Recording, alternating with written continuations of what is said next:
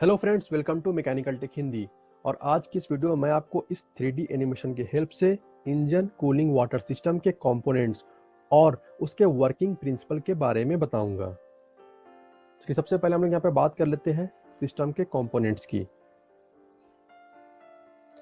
ये है 4 cylinder inline internal combustion engine.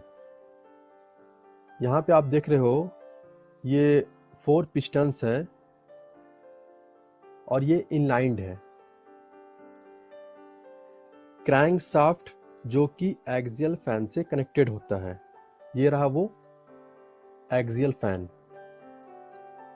Crank shaft और एक्सियल फैन के ऊपर में होता है, आप देख रहे हो यहाँ पे, वो है पंप। ठीक है, ये है जैकेट वाटर पंप। देन उसके आगे होता है ये थर्मोस्टेट, जो कि एक इंपॉर्टेंट कंपोनेंट होता है इंजन कूलिंग वाटर सिस्टम का। देन फिर ये कनेक्टेड होता है यहाँ पे ये रेडिएटर से। ठीक है, ये रेडिएटर और इसको हम लोग हीट एक्सचेंजर भी कहते हैं।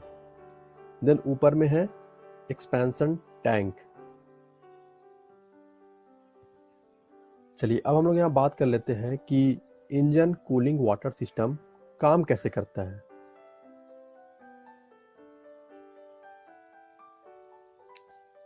जब इंजन स्टार्ट होता है तो इंजन कूलिंग सिस्टम कैसे काम करता है, और इस चीज़ को एक्सप्लेन करते हुए मैं आपको बाकी के कंपोनेंट्स के बारे में बताऊंगा। ठीक है, यहाँ पे आप देख रहे हो कि जब इंजन कूल है तो ये ब्लू एरो दिखा रहा है कि इंजन कूलिंग वाटर सिस्टम का जो कूलिंग वाटर है वो अभी ठंडा है। लेकिन आगे इस वीडियो में जब ये ब्लू एरो रेड हो जाएगा, इसका मतलब ये होगा कि इंजन का ऑपरेशन हुआ है और इंजन हॉट हो गया है। अब यहाँ पे आप देख रहे हो कि एरो सिलेंडर के अराउंड फ्लो कर रहा है। इसको जैकेट वाटर सिस्टम कहते हैं। जैकेट वाटर कूलिंग सिस्टम और कूलिंग वाटर सिस्टम सेम चीज है, बस डिफरेंस ये है कि जैकेट वाटर कूलिंग सिस्टम का मतलब ये हुआ कि सिलेंडर के अराउंड जैकेट लगे होते हैं जो कि सिलेंडर के टेम्परेचर को कूल रखते हैं। अब मैं एनिमेशन को एक बार पॉज कर लेता हूँ और यहाँ पे जूम कर लेता हूँ। ठीक है, तो ये यहाँ पे आप जो देख रहे हो वो है कूलिंग वाटर पंप। ये इंजन के जैकेट से कूलिंग वाटर को सक करता है और आगे जो थर्मोस्टेट लगा हुआ है, ये है वो थर्मोस्टेट। ठीक है, यहाँ से कूलिंग वाटर को थर्मोस्टेट में सेंड कर देता है। अब थर्मोस्टेट ऊपर की तरफ मूव करता है। ठीक है, ये थर्मोस्टेट ऊपर की तरफ मूव करता है, नीचे का ब्लॉक है वो खुल जाता है। यहाँ से क्या होता है, कूलिंग वाटर नीचे की तरफ फ्लो करने लगता है। आप ब्लू एरो देख रहे हो, नीचे की तरफ कूलिंग वाटर फ्लो कर रहा है। यहाँ पे ये रेडिएटर में नहीं जाता है जब इंजन ठंडा हो। ठीक है, इंजन कूलिंग वाटर भी ठंडा हो तब ये रेडिएटर में नहीं जाता है, ये रेडिएटर को बाईपास करता है और ये नीचे से फ्लो करता है। ठीक है, यहाँ देख रहे हो आप, नीचे से फ्लो करता है और इसका रीसर्कुलेशन होता है।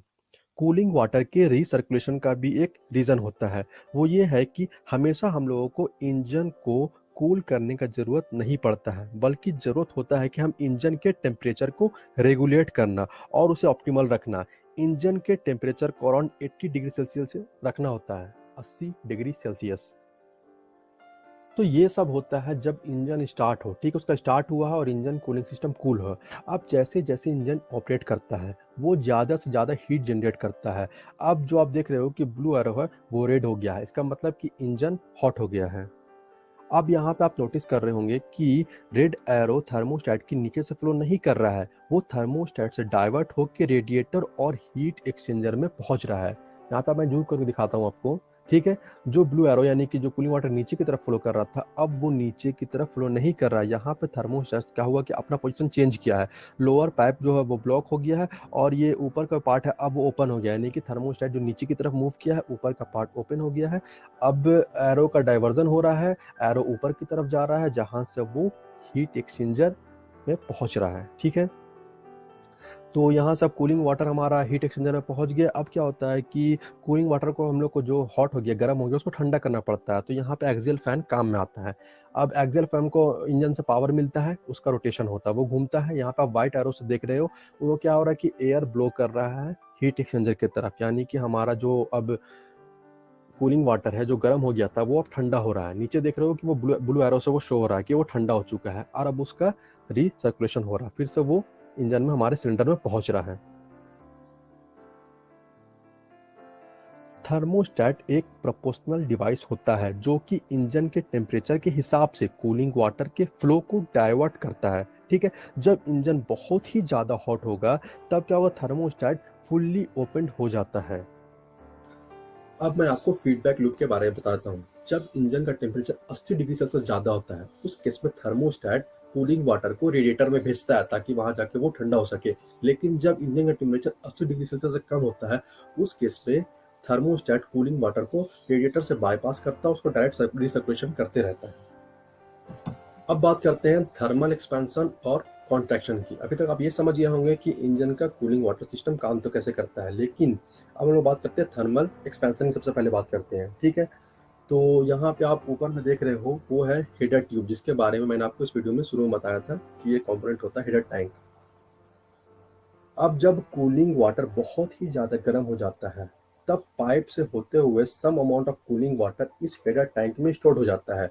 अगर हीटर टैंक हम लोग नहीं यूज़ करेंगे तो क्या होगा कि जो कूलिंग वाटर जो कि उसका टेम्परेचर बढ़ा हुआ वो हॉट है वो एक्सपैंड करेगा और क्या करेगा, वो जो रेडिएटर से उसका लीकेज होने लगेगा। तो इसे रोकने के लिए हम लोग यहाँ पे हीटर टैंक का यूज़ करते हैं। चलिए अब बात करते हैं कि क्या होगा अगर इंजन बहुत ही ज़्यादा ठंडा हो, ठीक है, उसका टेम्परेचर बहुत ही कम हो। तो इंजन के कूलिंग वाटर को फ्रीजिंग से बचाने के लिए हम लोग यहाँ कूलिंग वाटर में एंटी फ्रीज का यूज़ करते हैं। ठीक है, अब एंटी फ्रीज डालने से फ़ायदा ये होता है कि जैसे मान लिया हम लोग एग्जांपल है कि टेम्परेचर बहुत ही कम है, यानी -5 डिग्री सेल्सियस है, तो इस केस में क्या होगा कि एंटी फ्रीजिंग कूलिंग वाटर को फ्रीज होने से बचाता है। अगर हम एंटी फ्रीज का यूज़ नहीं करेंगे तो उस केस में क्या होगा कि कूलिंग वाटर एक तो पहले ठंडा फ्रीज हो जाएगा, वो उसके बाद से वो एक्सपैंड करेगा और एक्सपैंड करने की वजह से इंजन ब्लॉक क्या होगा, क्रैक हो जाएगा। इंजन के बहुत सारे कंपोनेंट्स में क्रिटिकल डैमेज आ सकता है, इसलिए हम लोग यहाँ पे कूलिंग वाटर में एंटी फ्रीज का यूज करते हैं। Friends, thanks for watching.